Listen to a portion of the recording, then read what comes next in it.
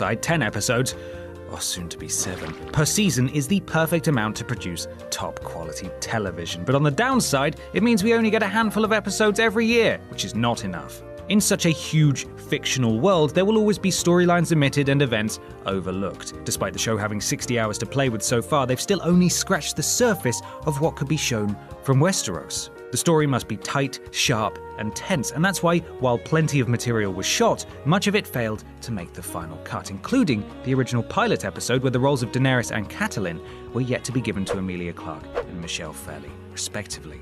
Since the final pilot aired, the show has leapt from daring height to daring height, and the high standard has meant plenty of good material has been unfortunately consigned to DVD bonus discs.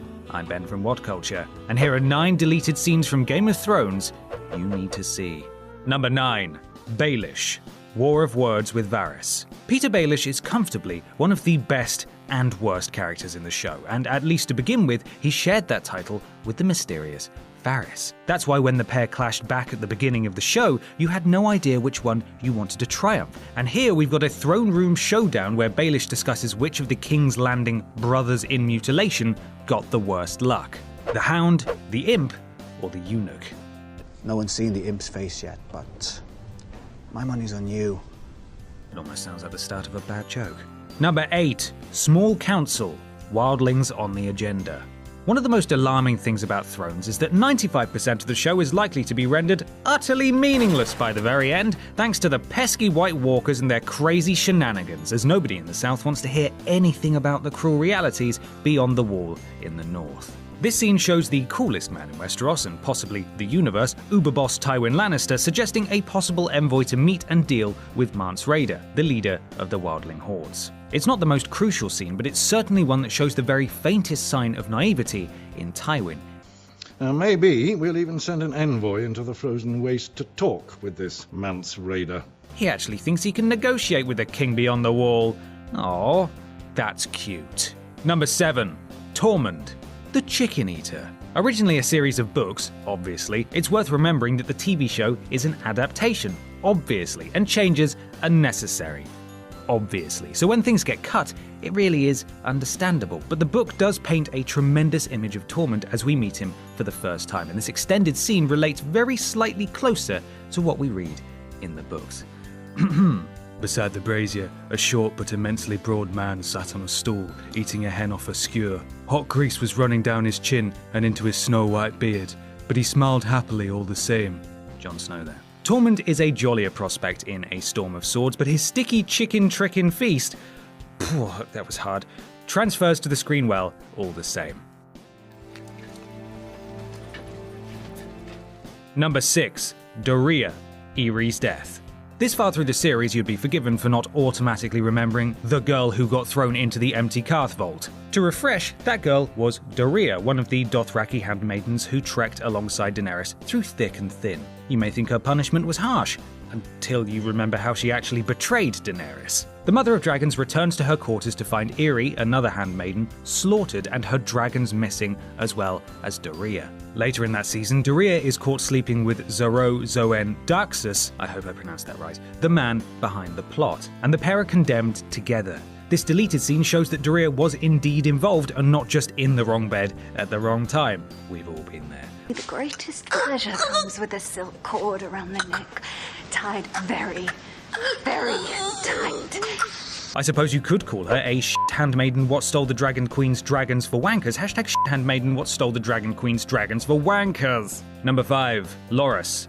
Post Renly regrets. Loras Tyrell is an odd character. He should be far more important than he's actually made out to be, instead acting as a mere passenger throughout most of the seasons as other people discuss him, conspire about him, and trial him. In this scene, he's actually given an emotional role to play, mourning the death of Renly Baratheon. I promised him the throne and he believed me. He died because of me. The wannabe king's death was sudden, shocking, and enormous, yet the show didn't dwell for long on his demise. Here we see Loras being further developed and the repercussions of Renly's death further explored. Number 4. Daenerys. Post-Jorah mood.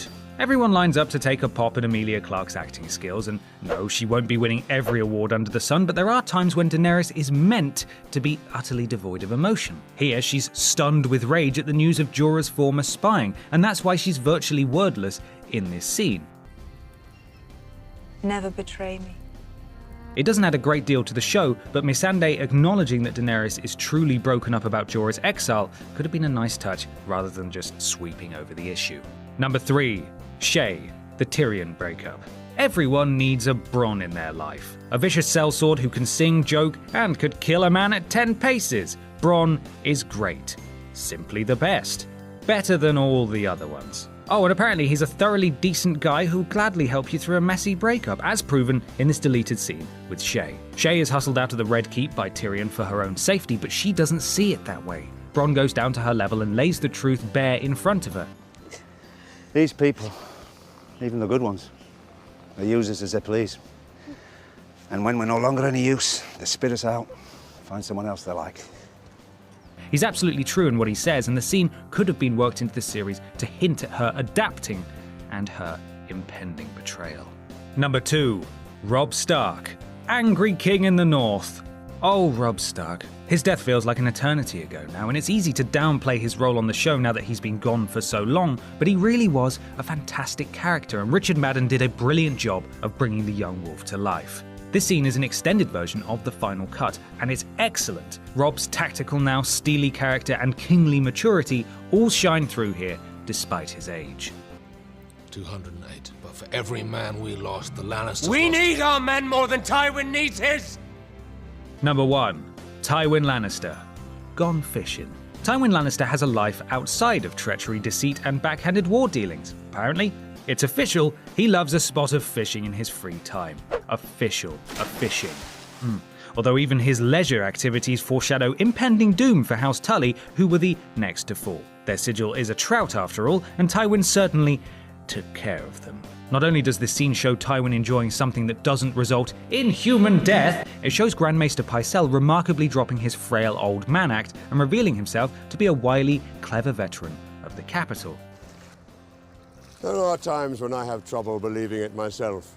Both actors handle this scene fantastically, and it's a real shame that it didn't make the final version of the episode. And as the show rolls on, more material will continue to fall by the wayside. But fingers crossed, HBO keeps dishing it out anyway when all's said and done. And that's our